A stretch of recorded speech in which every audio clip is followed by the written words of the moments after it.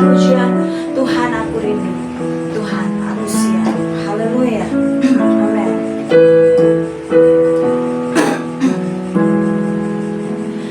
Tuhan aku rindu, Tuhan aku siap. Penuhi aku dengan Roh, ku rindu lawatan-Mu. Lagi katakan Tuhan aku rindu, Tuhan aku rindu, Tuhan aku siap. Penuhi aku dengan Roh-Mu, ku rindu lawatan-Mu, ku rindukan, haleluya. Ku rindukan Kau hadir di sini saat ini, Tuhan. Ku rindukan Roh-Mu mengurapi saat ini, Yesus. Haleluya, haleluya, haleluya.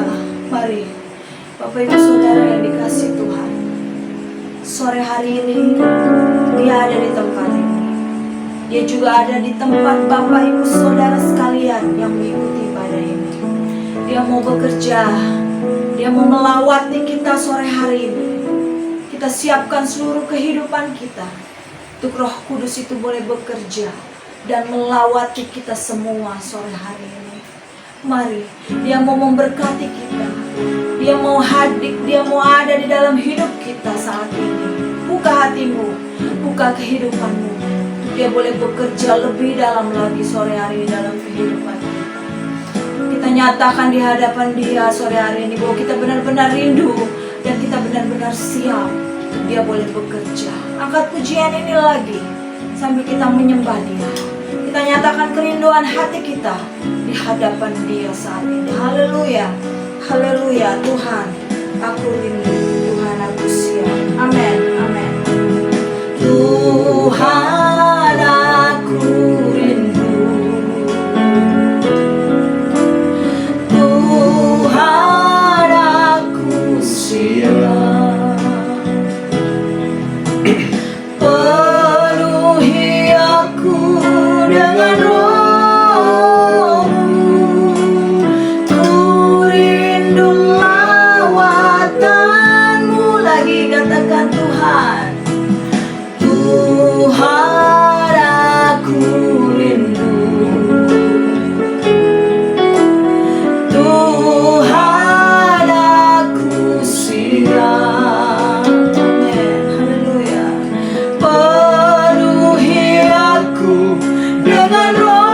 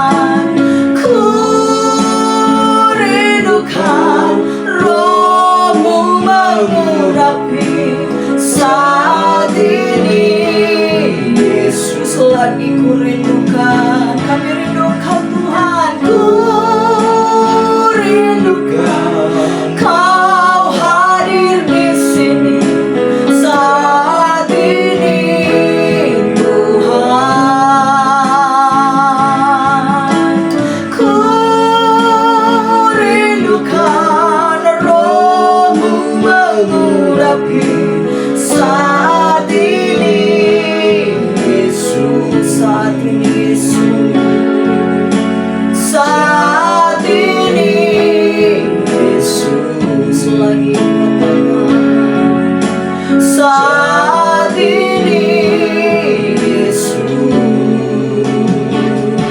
haleluya, haleluya, haleluya, kami rindu Engkau Tuhan, haleluya, amin, kami perlu Engkau Tuhan, haleluya, haleluya, haleluya Tuhan, haleluya,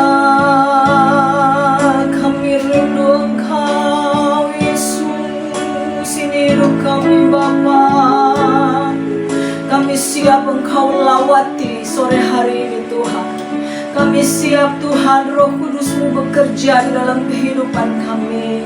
Kami mau bersorak bagi Engkau, kami mau bersuka cita bagi Engkau Tuhan, karena perbuatan-Mu yang ajaib dalam hidup kami, karena apa yang sudah Engkau kerjakan dalam hidup kami begitu luar biasa Tuhan. Kami bersyukur sore hari ini Tuhan. Kami mau menyembah dan mengagungkan nama Engkau, kami mau meninggikan nama Engkau Tuhan, karena Engkau yang sudah begitu baik di dalam kehidupan kami Bapa.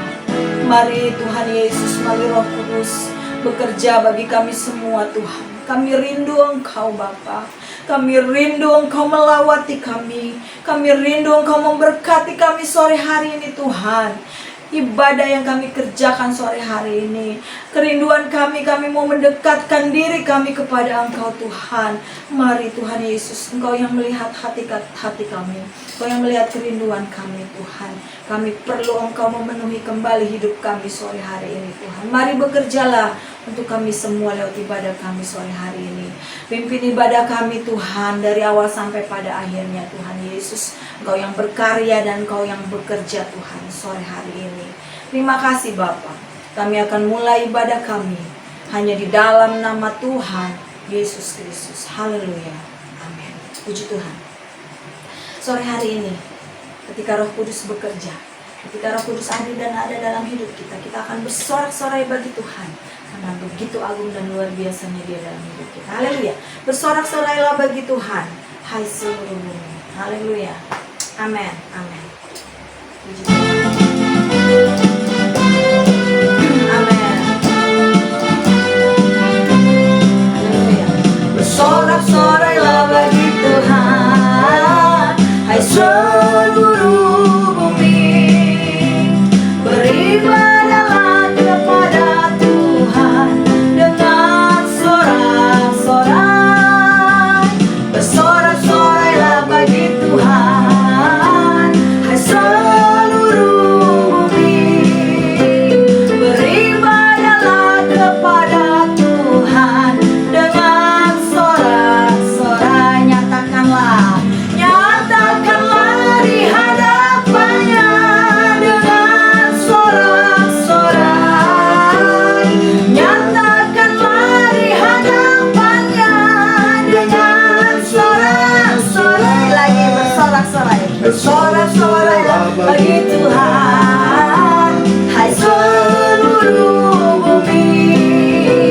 Beribadahlah kepada Tuhan dengan sorak-sorai. Bersorak-sorailah bagi Tuhan, hai seluruh bumi. Beribadahlah kepada Tuhan dengan sorak-sorai. Nyatakanlah di hadapannya dengan sorak-sorai. Nyatakanlah di hadapannya dengan sorak-sorai. Nyatakanlah di hadapannya dengan sorak-sorai.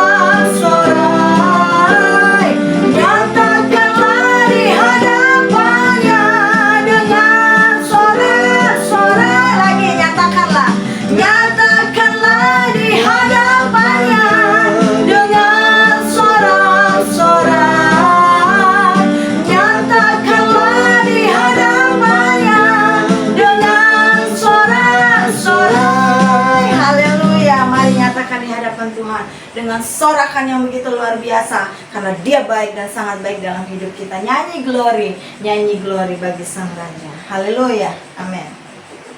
Mari, sore hari ini kita mau berglory bagi Dia, ada yang luar biasa. Nyanyi glory bagi Sang Raja. Haleluya.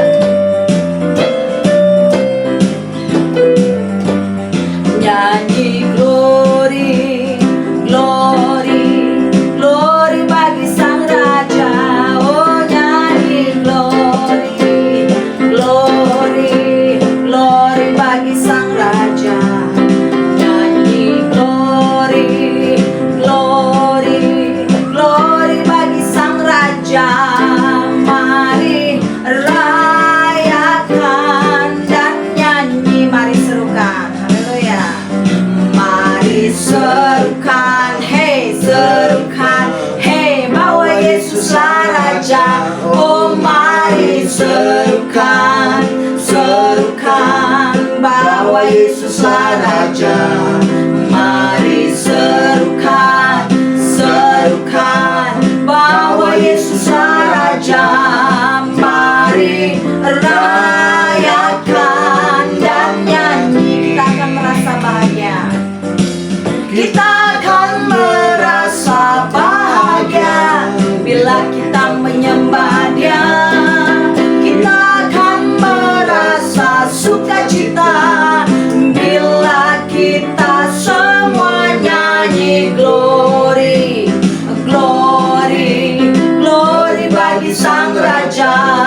Mari rayakan dan nyanyi glory. Nyanyi glory bagi Sang Raja. Oh, nyanyi glory bagi Sang Raja. Nyanyi glory bagi Sang Raja. Mari rayakan dan nyanyi, mari serukan. Mari serukan, hey, bahwa Yesuslah Raja. Oh, mari serukan, bahwa Yesuslah Raja. Mari serukan, bahwa Yesuslah Raja. Mari rayakan dan nyanyi, kita akan merasa bahagia.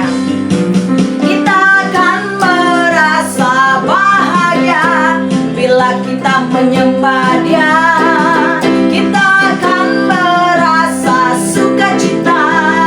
Bila kita semua nyanyi glory bagi Sang Raja. Oh, nyanyi glory bagi Sang Raja. Nyanyi glory bagi Sang Raja. Mari rayakan dan nyanyi, kita akan merasa bahagia. Kita akan merasa bahagia bila kita menyembah Dia. Kita akan merasa sukacita bila kita semua nyanyi glory bagi Sang Raja. Oh, nyanyi glory bagi Sang Raja. Nyanyi glory bagi Sang Raja. Mari rayakan dan nyanyi, mari rayakan dan nyanyi. Mari rayakan dan nyanyi. Haleluya. Mari kita mau terus berglory dan bersorak bagi Dia, bernyanyi bagi kemuliaan namanya. Haleluya. Tiba saatnya kita akan mendengarkan firman-Nya. Kita akan menerima kembali firman-Nya itu di dalam kehidupan kita. Mari kita buka hati dan seluruh kehidupan kita untuk boleh kembali ditaburi oleh kebenarannya. Kehendaknya kembali mau dinyatakan, suaranya mau kita dengar suaranya. Selidiki aku, lihat hatiku, Bapa aku sungguh mengasihi Tuhan. Amin. Amin.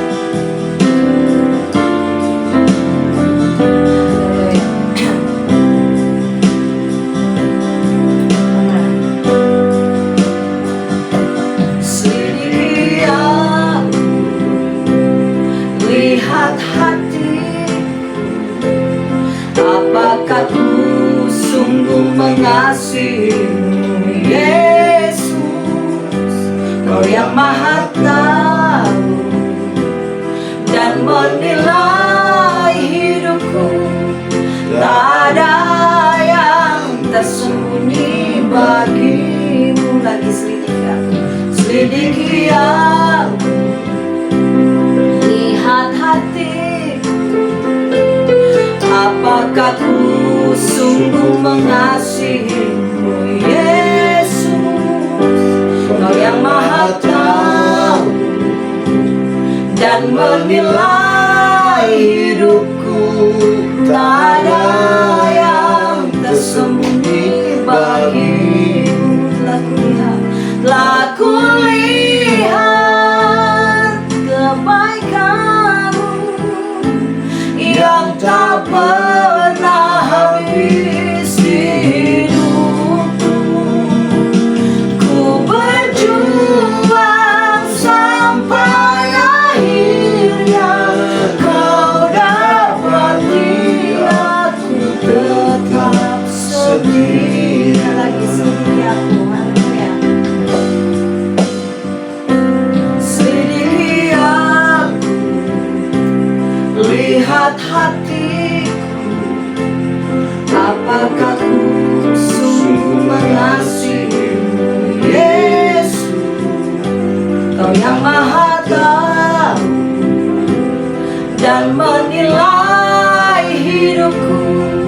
Tak ada yang tersembunyi bagimu. Lagi selidiki aku, selidiki aku, lihat hatiku, apakah ku sungguh mengasihimu, Yesus, Kau yang maha tahu dan menilai hidupku.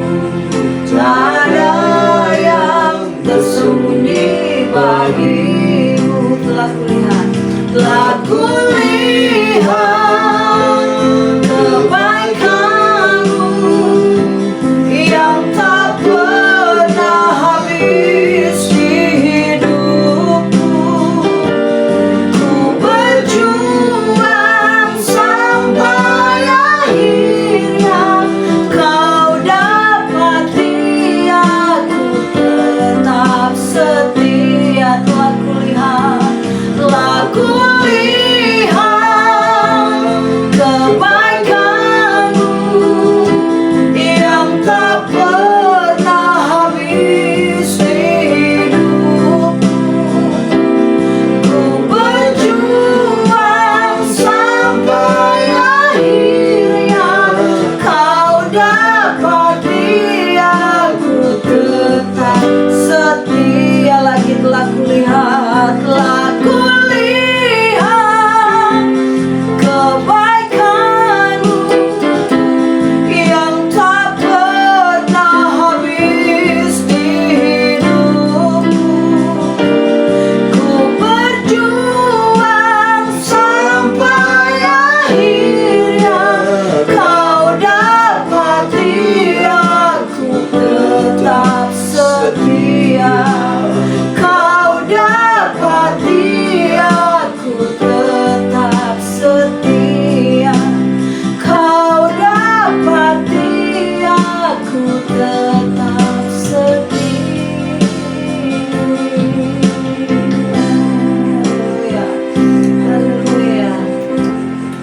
Haleluya, haleluya, haleluya, haleluya. Tuhan, benar Tuhan, kami telah melihat perbuatan-Mu yang ajaib dalam hidup kami. Kami telah lihat kebaikan-Mu yang luar biasa di dalam kehidupan kami, Tuhan. yang tidak pernah habis di dalam kehidupan kami Bapa. Bapa, bawa kami ketika kami mengingat kasih-Mu, ketika kami mengingat akan setiamu dalam hidup kami. Biarlah juga Engkau dapati kami tetap setia sampai akhir hidup kami Bapa. Bawa kami boleh mengerti akan kasih-Mu yang begitu besar dan luar biasa dalam kehidupan kami Tuhan. Selidiki hati kami, selidiki kehidupan kami. Apakah hidup kami sudah benar-benar setia kepada Engkau Tuhan sore hari ini Bapa. Lewat kebenaran firman-Mu, lewat kehendak-Mu, lewat suara-Mu Tuhan. Nyatakan Tuhan sore hari ini. Selidiki hati kami, selidiki kehidupan kami. Perbaiki apa yang salah di dalam kehidupan kami. Kau kembali memperbaharui kami lewat kebenaran firman-Mu. Kau kembali merombak kehidupan kami lewat kehendak-Mu Bapa. Apa yang mesti kami kerjakan dan apa yang mesti kami lakukan Tuhan. Terima kasih Tuhan Yesus. Terima kasih Bapa buat lawatan-Mu sore hari ini, buat kehidupan kami. Kami buka hati dan kehidupan kami untuk kami boleh ditaburi oleh kebenaran-Mu. Biarlah kami menjadi bejana-bejana yang boleh menyenangkan hati-Mu Tuhan. Bejana-bejana yang siap untuk kembali diisi oleh kebenaran-Mu sore hari ini. Berkati hamba-Mu yang akan menyampaikan kebenaran firman-Mu. Urapi hamba-Mu, urapi firman-Mu Tuhan. Biarlah kiranya kuasa-Mu yang bekerja lewat hamba-Mu. Berkata-kata bersuara buat kami semua lewat bibir hamba-Mu. Nyatakan apa yang Kau mau Tuhan buat kami semua jemaat-jemaat-Mu Tuhan Yesus. Terima kasih Bapa, terima kasih Yesus. Kami serahkan pemberitaan firman-Mu ke dalam tangan-Mu. Roh Kudus bekerja, beracara sore hari ini, menguasai hamba-Mu yang akan menyampaikan firman-Mu, yang menguasai kami semua yang mendengarkannya. Terima kasih Bapa. Hanya di dalam nama Tuhan Yesus Kristus kami siap mendengarkan suara-Mu sore hari ini. Haleluya. Amin. Puji Tuhan.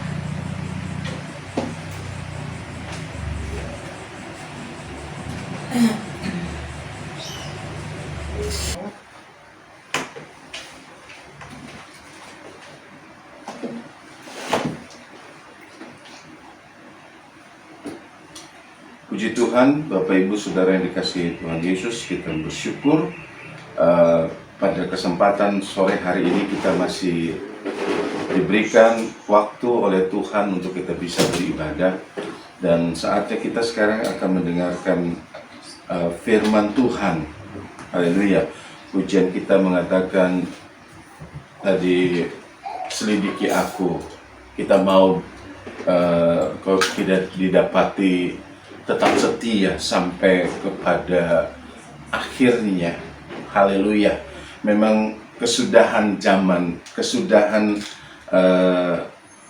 dunia ini sudah di depan mata. Kita tidak berbicara tentang menakut-nakuti, kita tidak sedang berbicara tentang wah ini menjadi satu ketakutan. Tidak. Bagi orang percaya, kedatangan Tuhan seharusnya adalah berita baik. Karena semakin cepat Dia datang, semakin cepat pula kita akan bersama-sama dengan Kristus di dalam kerajaan surga yang kekal.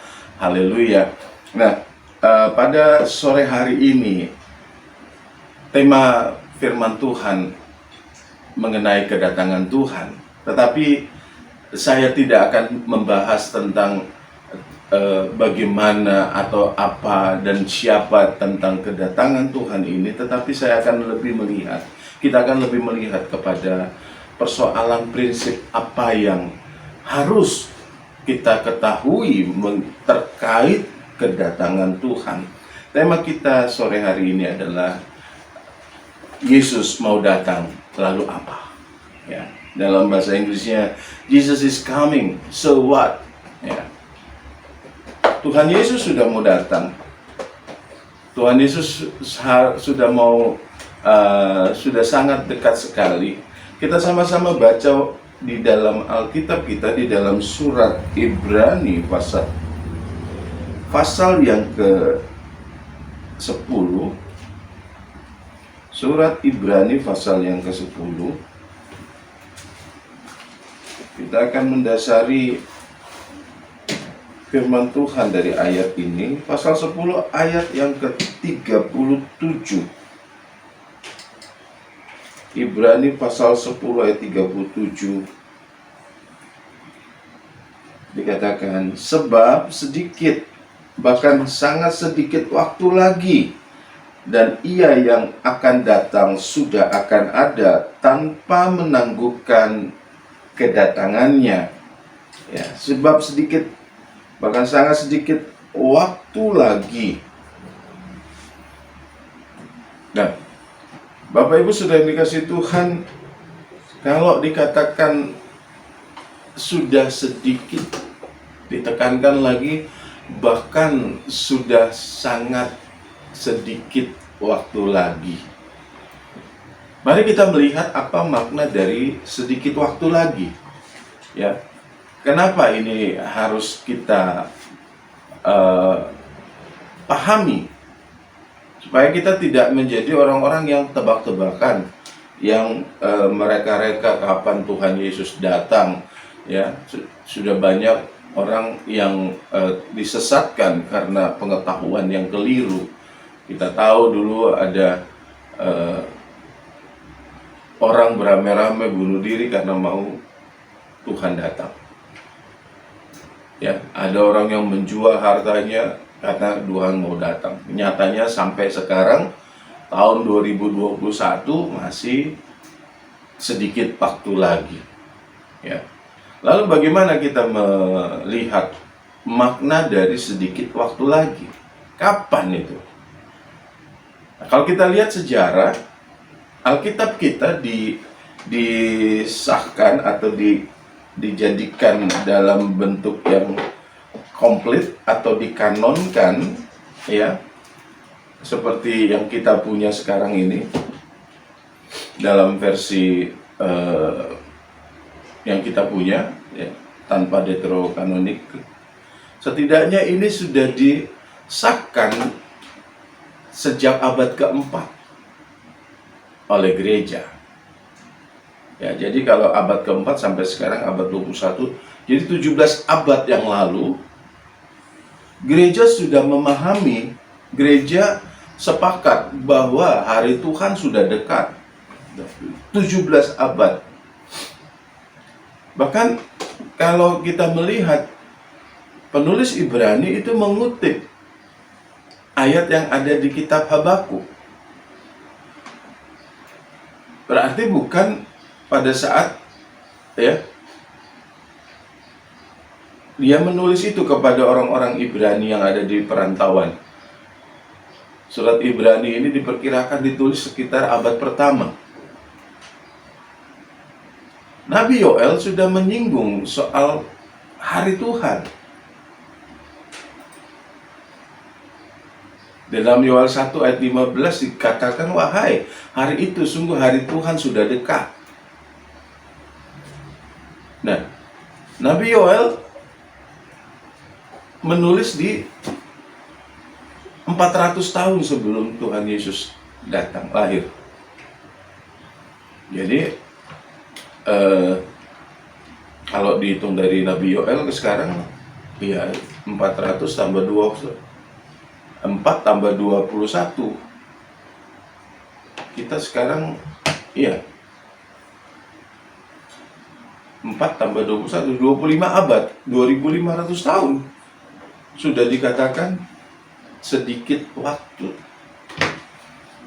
Nah, apakah ini merupakan reka-rekaan atau perkiraan dari para nabi atau rasul? Kalau kita membaca di dalam Wahyu pasal 22, Wahyu pasal 22, ini pasal terakhir dari kitab Wahyu, di ayat yang ke-20 dikatakan, Ia yang memberi kesaksian tentang semuanya ini, yaitu Tuhan Yesus, berfirman, ya, aku segera datang. Amin, datanglah Tuhan Yesus. Nah, ya, Tuhan Yesus memberikan kesaksian, katanya, ya, aku segera datang. Berarti kedatangan Tuhan Yesus yang segera terjadi itu bukan hanya disampaikan oleh Nabi dan para Rasul, tetapi juga dikonfirmasi oleh Tuhan Yesus sendiri. Ada hal yang menarik dari dari penulis kitab Wahyu ini, langsung disautin, amin, datanglah Tuhan Yesus. Ya, harusnya orang percaya seperti ini. Ketika kita mendengar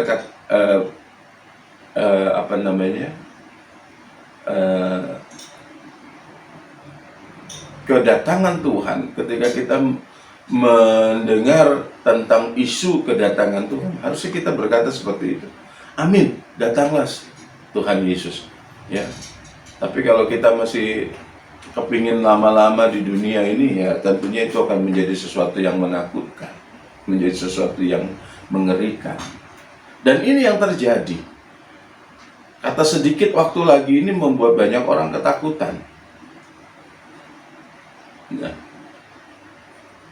dan kita sepakat semua Bapak Ibu bahwa kita meyakini bahwa waktunya sudah tidak lama lagi.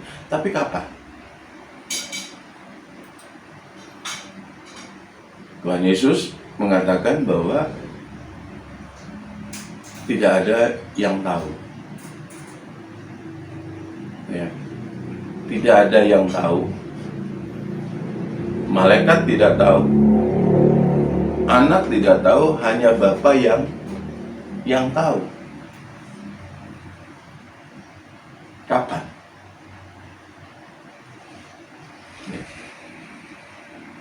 Ini menjadi kontroversi, kok Yesus kalau Allah kok dia tidak tahu. Tetapi sebetulnya kita tidak perlu berpolemik dengan anak tidak tahu. Ya, kalau anak tahu maka dia akan kasih tahu. Maka manusia tidak lagi menjadi peduli dengan apa yang direncanakan Tuhan. Ya, hanya Bapa yang tahu. Lalu kalau begitu apa artinya sedikit waktu lagi?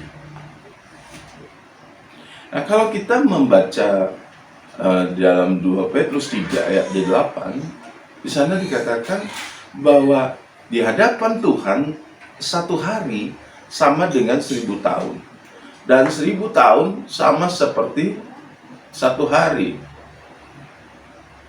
Nah, ini yang membuat ada beberapa penafsiran tentang hari Tuhan, lalu dikaitkan dengan 6 hari penciptaan, berarti 6000 tahun. Makanya waktu itu sempat ada persangkaan bahwa tahun 2000 itu Tuhan datang. Ya. Nah, Rasul Petrus membuat pernyataan itu sebetulnya hanya untuk menjawab, dan ini menjadi pertanyaan yang sangat krusial, sangat penting sekali buat kita jawab juga, ya. Untuk kita bisa pahami, kalau kita membaca kita baca dulu 2 Petrus 3 ayat 6. Maaf, 2 Petrus 3 ayat 4. Kata mereka, di manakah janji tentang kedatangannya itu? Sebab sejak bapa-bapa leluhur kita meninggal, segala sesuatu tetap seperti semula pada waktu dunia diciptakan. Ya. Orang sudah mendengar tentang kedatangan Tuhan Yesus dari zaman bapa leluhurnya katanya. Nggak datang-datang, itu sebabnya mereka menganggap ini sebagai ini isapan jempol belaka, sehingga mereka hidup menurut keinginan daging hawa nafsu mereka. Ketika kita tidak memahami bahwa sejatinya Tuhan sudah mau datang, kita mungkin akan santai-santai saja di dunia ini. Ya. Nah, jadi satu hari sama dengan 1000 tahun, 1000 tahun sama dengan satu hari di hadapan Tuhan. ini tidak sedang menjelaskan satuan waktu buat orang percaya. Ya, karena bagaimana kita menerjemahkannya, 1000 tahun sama dengan 1 hari di hadapan Tuhan. Ya, kalau Tuhan bilang segera itu bisa hari ini, berarti 1000 tahun. Atau sebaliknya, ketika Tuhan berkata segera, ya,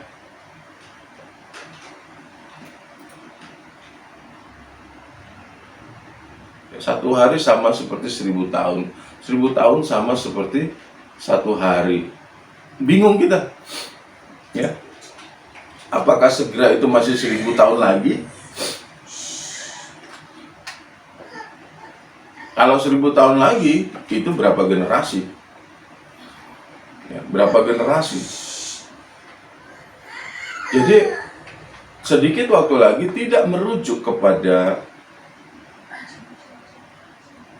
satuan waktu, ya, tidak merujuk satuan waktu.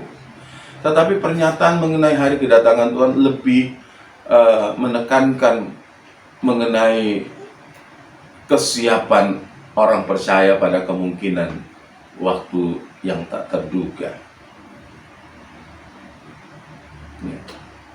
Di ayat yang ke-10 dalam 2 Petrus 3 tadi dikatakan, tetapi hari Tuhan akan tiba seperti pencuri. Ya. Hari Tuhan akan tiba seperti pencuri. Pencuri tidak ada yang tahu kapan datangnya. Dalam Matius pasal 24, ya, Matius pasal 24,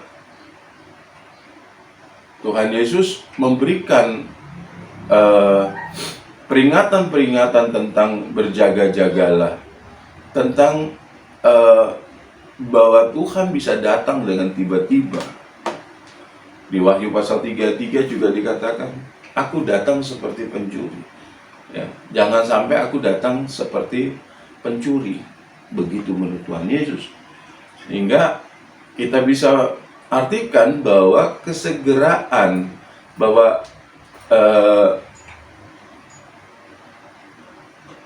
kesegeraan yang Tuhan maksud sedikit waktu lagi, ini menuntut kita memiliki kewaspadaan terhadap hidup kita, bahwa waktu Tuhan bisa datang kapanpun. Nah, bagi orang yang sudah siap sedia, mau kapanpun Tuhan datang adalah sukacita. Amin, Bapak Ibu. Ya. Nah,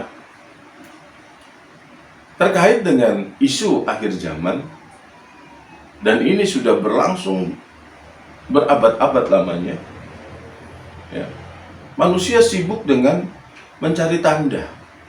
Memang ingin tahu adalah sifat yang alamiah bagi manusia. Manusia belajar memahami segala sesuatu, ingin tahu segala sesuatu, karena itu akan katanya memuaskan keingintahuannya, termasuk hari kedatangan Tuhan. Walaupun kita sama-sama sudah diajar oleh Tuhan Yesus bahwa waktunya tidak ada yang tahu, tapi tetap ingin tahu. Nah, murid-murid juga memberikan pertanyaan kepada Tuhan Yesus. Ya. Dalam Matius pasal 24, Tuhan Yesus 24-25, Tuhan Yesus menjelaskan mengenai keadaan akhir zaman, memberikan pengajaran tentang akhir zaman. Nah, ini dimulai pada ayat yang ketiga. Kalau kita membaca Matius pasal 24 ayat yang ketiga,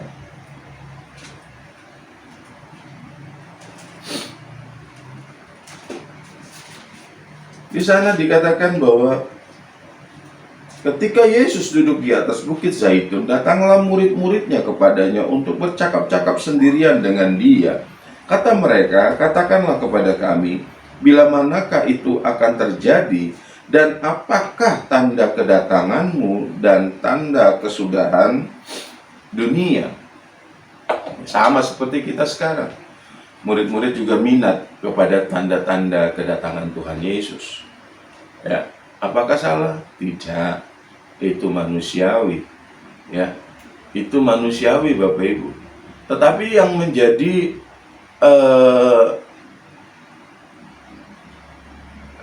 pertanyaan adalah, ya, yang menjadi persoalan selanjutnya, kalau sudah tahu tanda kedatangan Tuhan, lalu bagaimana? Orang percaya juga di zaman now ini sibuk bertanya tentang tanda-tanda, makanya ada seminar, ada perdebatan, ada, ya, sampai ada yang ribut mengenai tanda-tanda akhir zaman. Siapa antikristus itu? Ini sudah materai keberapa? Ini cawan keberapa? Siapa yang menunggang kuda putih? Apa itu kuda hitam? Apa itu kuda merah? Dan seterusnya dan seterusnya. Berapa lama masa antikris? Sebelum atau sesudah tribulasi Tuhan Yesus datang?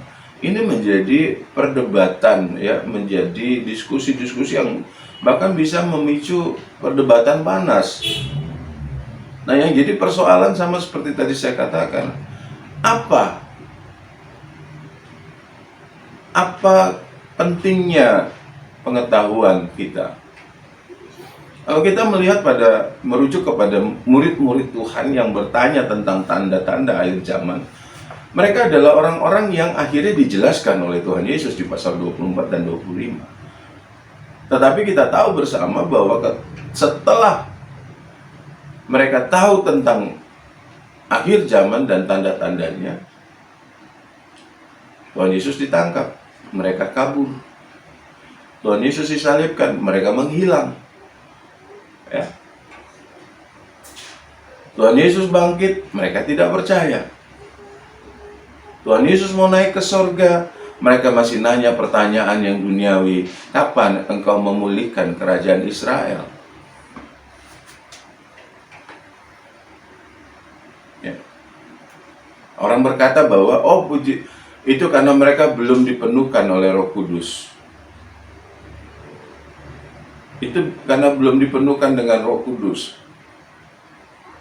Ya, seolah-olah bahwa tanggung jawab pengenalan kita kepada Tuhan sepenuhnya adalah tanggung jawab Roh Kudus. Kita harus ingat Bapak Ibu bahwa Roh Kudus mengajarkan, mengingatkan apa yang diajarkan Tuhan Yesus kepada kita. Jadi, ayo kita jangan berkata bahwa Roh Kudus akan memampukan saya. Ya, itu bisa kalau kita mau diajar. Ya. Nah, kita lihat bahwa murid-murid pada akhirnya meninggalkan Tuhan, walaupun kemudian kembali 500 yang melihat kenaikan Tuhan, 120 yang bertahan. Lalu gereja berkembang, bertumbuh, dan kita tahu bahwa Eropa pernah menjadi pusat kekristenan. Kemudian berpindah ke Amerika. Ya. Tapi sampai dekade 80-an Eropa masih mayoritas Kristen. Tapi kalau kita lihat sekarang, mereka kekristenan sudah sangat-sangat merosot. Ya. Sangat-sangat merosot. Padahal sepanjang masa pembahasan tentang akhir zaman selalu dibahas dan tidak sedikit orang yang tahu. Yang saya mau tekankan adalah ternyata dengan kita sibuk bicara tentang tanda-tanda akhir zaman, pengetahuan tentang akhir zaman kita kuasai, tapi itu tidak menjamin bahwa kita bisa setia sampai kepada kesudahan.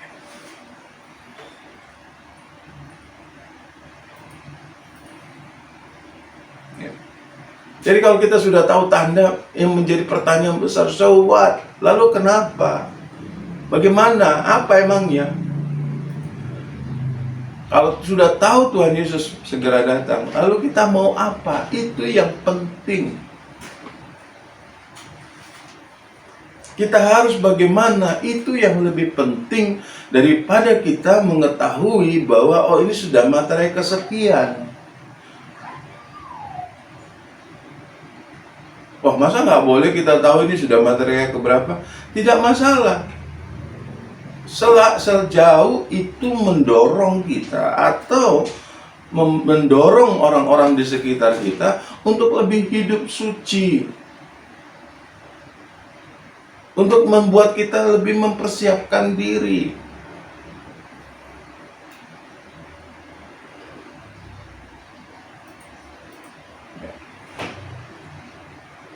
Mari kita kembali kepada surat Ibrani tadi pasal 10. Setelah di ayat 37, penulis menyatakan tentang waktu yang sudah sangat dekat. Ayat ini dilanjutkan di ayat yang ke-38 dikatakan, tetapi orangku yang benar akan hidup oleh iman, dan apabila ia mengundurkan diri, maka aku tidak berkenan kepadanya. Pemahaman kita mengenai waktu Tuhan yang sudah sangat dekat. Saya tidak memungkiri bahwa baik juga kita mengetahui tanda-tanda zaman. Tidak, ya. Bagus. Tetapi kelanjutannya adalah di dalam Ibrani 10:38 penulis menekankan tentang hidup oleh iman. Supaya apa? Supaya kita bertahan di dalam Tuhan, sehingga Ia berkenan kepada kita.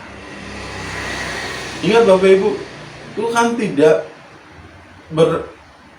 tidak melihat kita berdasarkan apa yang kita buat. Kalau apa yang kita buat bukan didasari oleh iman. Banyak orang berbuat baik tapi tidak didasari oleh iman. Apa itu? Ketika kita berbuat baik supaya dapat sesuatu, itu bukan berdasarkan iman. Iman itu artinya kita percaya kepada apa yang diperkatakan Tuhan, maka kita melakukan. Dapat apa, nggak dapat apa, itu bukan urusan. Tapi saya percaya itu adalah dari Tuhan. Jadi kalau kita beribadah karena kita percaya Tuhan mau kita beribadah, itu iman. Tapi kalau kita beribadah karena kita percaya bahwa setelah ibadah Tuhan akan kasih sesuatu, itu bukan iman. Ya. Itu bukan iman. Dalam Matius pasal 7 ayat 22-23 kita tahu bersama ayat ini, ya.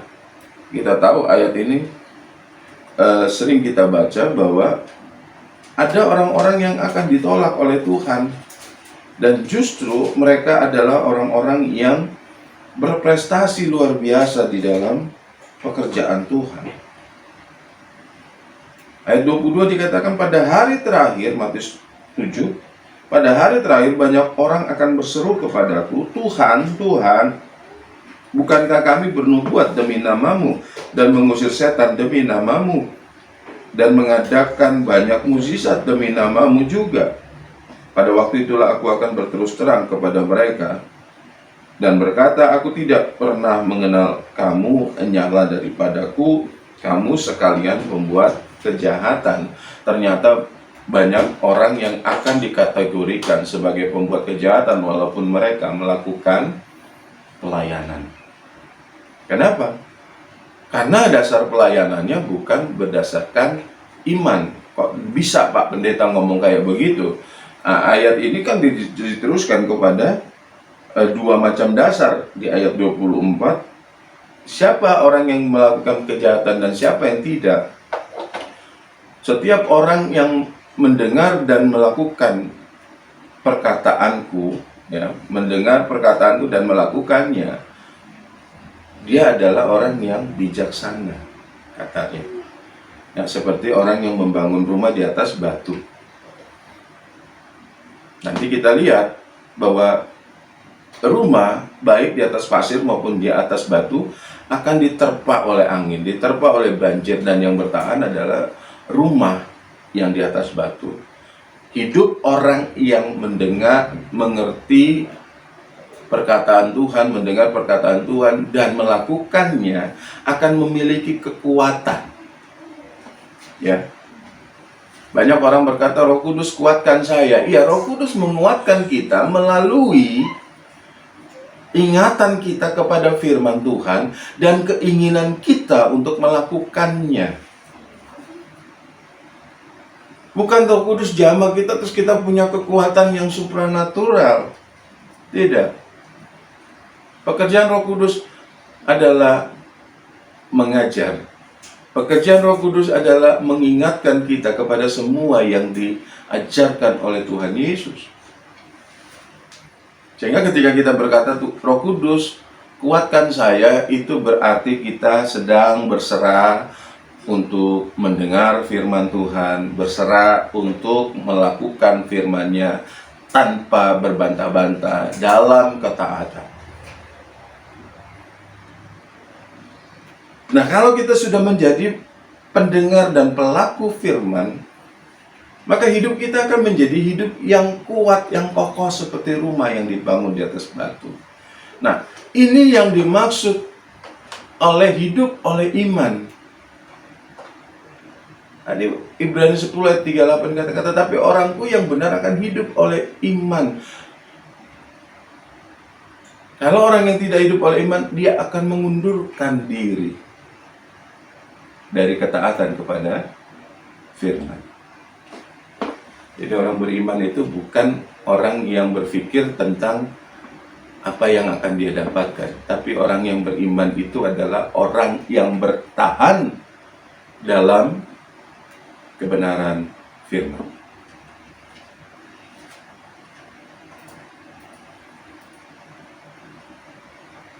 Nah, kalau penulis Ibrani mengutip pernyataan Nabi Habakuk itu, ini sejalan dengan apa yang dikatakan oleh Tuhan Yesus. Dalam Lukas pasal 18 ayat 8, dia bertanya, dan ini juga dia akan tanyakan kepada saudara dan saya. Jika anak manusia itu datang, adakah ia mendapati iman di bumi? Jika ia datang, adakah ia mendapati iman di bumi? Secara bodoh kita akan berkata, iya Tuhan, ada saya. Tetapi kalau kita mau berpikir secara kritis lagi, ya, dari sekitar 8 miliar lebih penduduk dunia ini, kalau 10%-nya adalah orang percaya, orang Kristen, 10% saja, berarti ada 800 juta. Ya. 800 juta orang percaya. Masa Tuhan Yesus masih bertanya, adakah ia mendapati iman di bumi?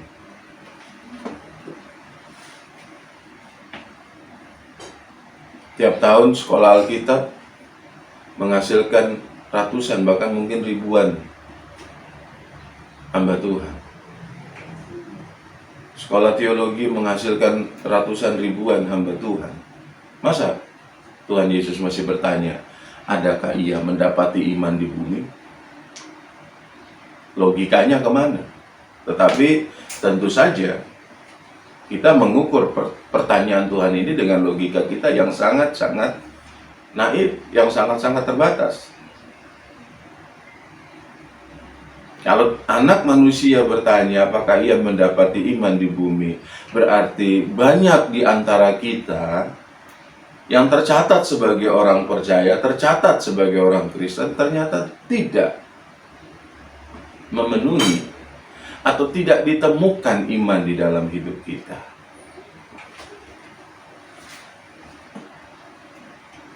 Masa sih? Masa sih kita tidak punya iman? Ya. Bapak Ibu bicara tentang akhir zaman. maka ada banyak hal-hal kesulitan yang akan kita hadapi. Tetapi orang yang punya iman, dia akan bertahan. Kenapa? Karena iman memungkinkan seseorang melampaui segala ketidakmungkinan. Saya ulangi, iman memungkinkan seseorang untuk melampaui segala ketidakmungkinan. Kok saya juga punya iman seperti itu, Pak Pendeta? Saya kalau sakit, saya yakin Tuhan akan sembuhkan. Saya punya masalah, saya yakin Tuhan akan selesaikan masalahnya. Saya punya utang, saya yakin Tuhan akan hapuskan utang saya. Itu bukan iman. Bukan kebetulan penulis Ibrani, surat Ibrani ini di dalam ayat 37-38, ya,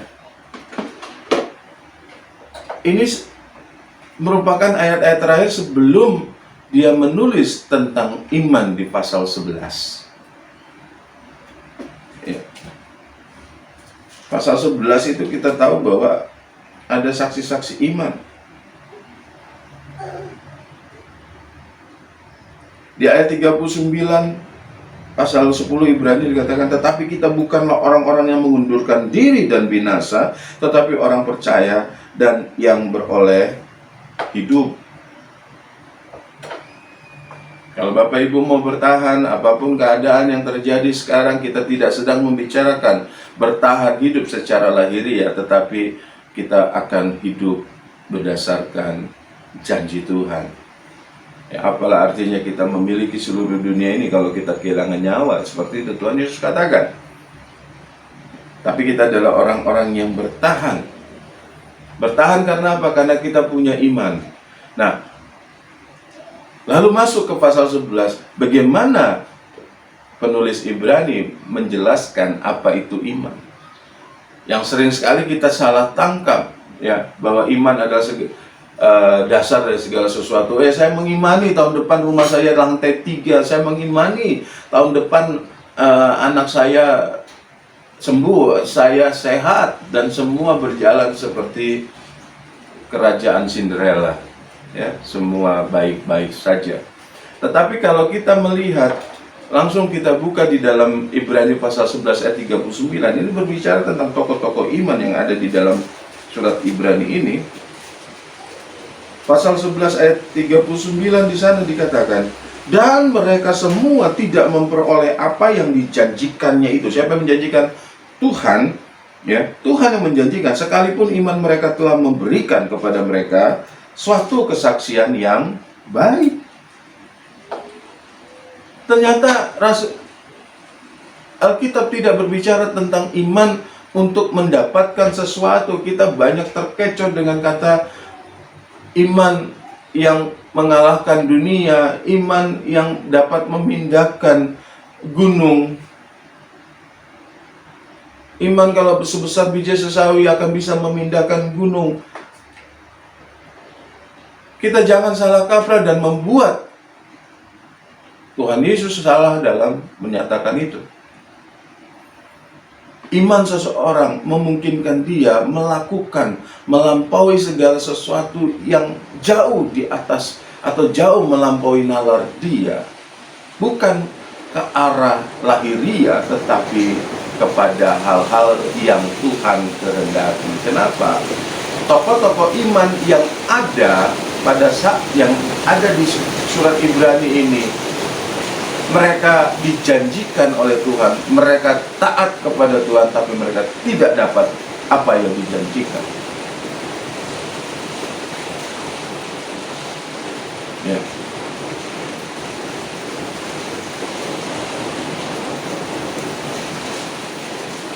Jadi kalau kita ketakutan menghadapi akhir zaman ini, mari kita kembali introspeksi, apakah iman saya adalah iman yang benar di hadapan Tuhan?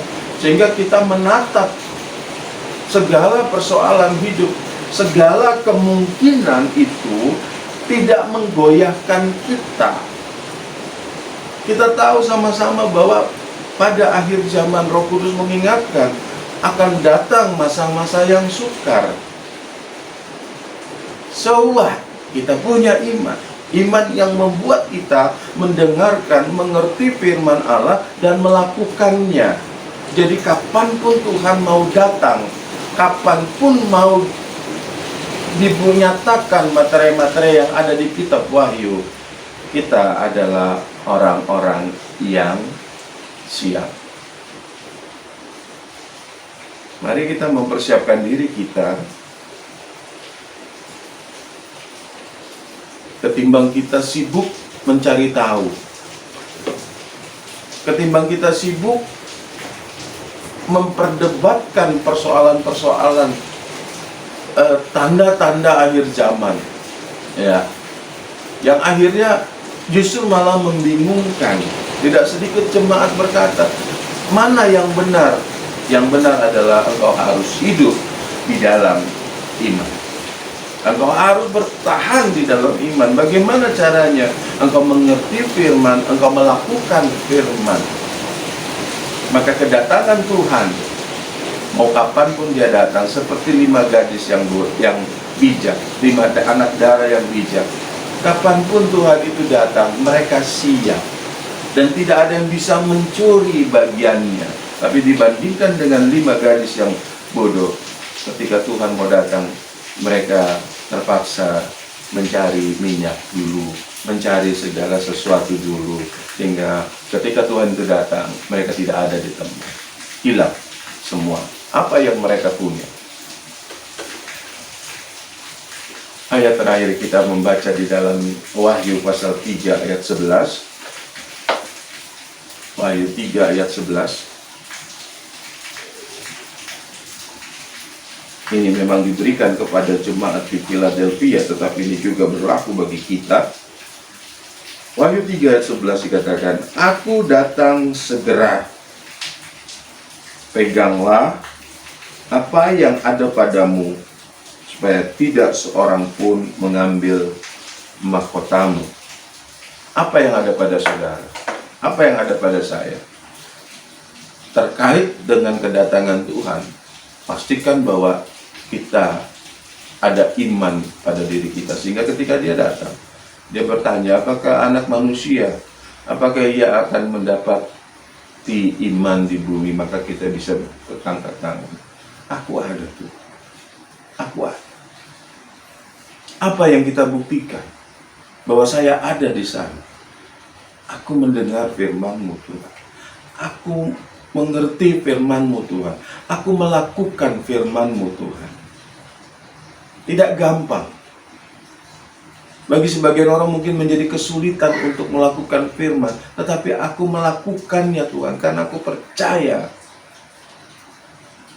bahwa Tuhan adalah Allah yang setia.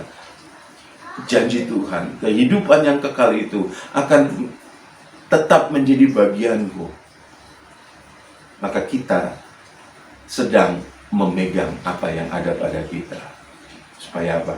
Supaya tidak seorang pun mengambil mahkotamu. Kemuliaan yang Allah siapkan bagi kita, jangan sampai tercuri, jangan sampai hilang dari hidup kita. Mari Bapak Ibu, ya, apapun konsep, apapun informasi terkait dengan akhir zaman, ini tidak akan membuat kita takut, karena kita hidup dalam iman.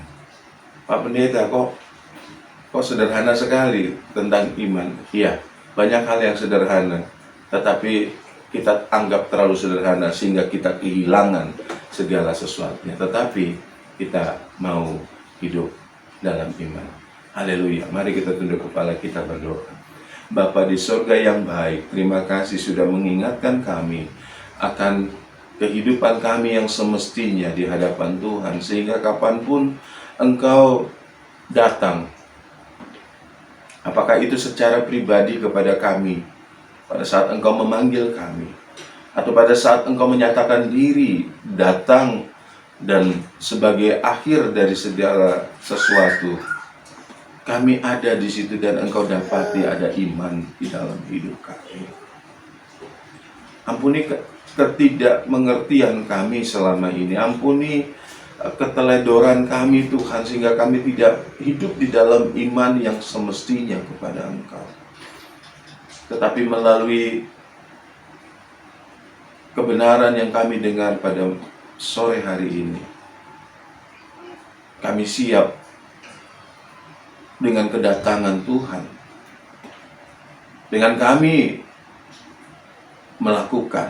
mendengar, melakukan firman-Mu, kami akan kuat, bertahan dalam apapun, sampai Tuhan datang. Engkau dapati kami setia, Engkau dapati kami tetap bertahan. Terima kasih Bapa. Terima kasih Tuhan Yesus. Terima kasih Allah Roh Kudus, buat kasih setia-Mu kepada kami, buat kesabaran-Mu kepada kami, buat kepercayaan-Mu bahwa kami dapat dibentuk sesuai dengan kehendak-Mu.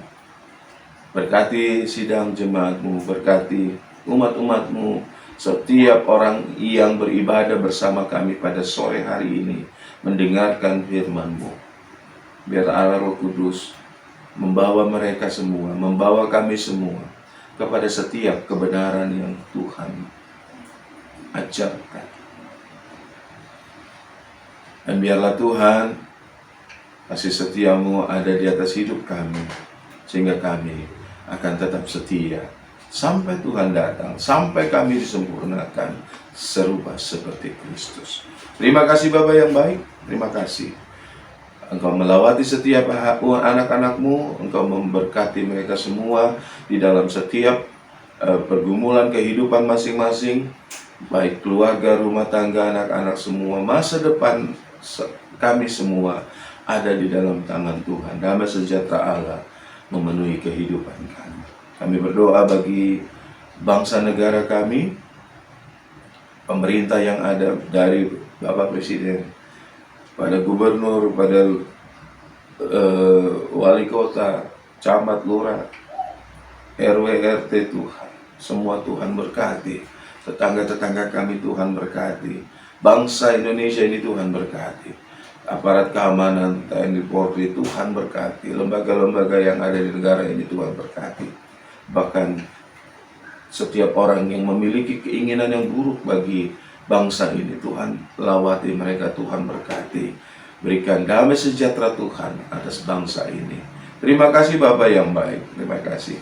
Akhirnya kami menyudahi ibadah kami dengan penuh ucapan syukur dan satu harapan kepada Allah sumber damai sejahtera.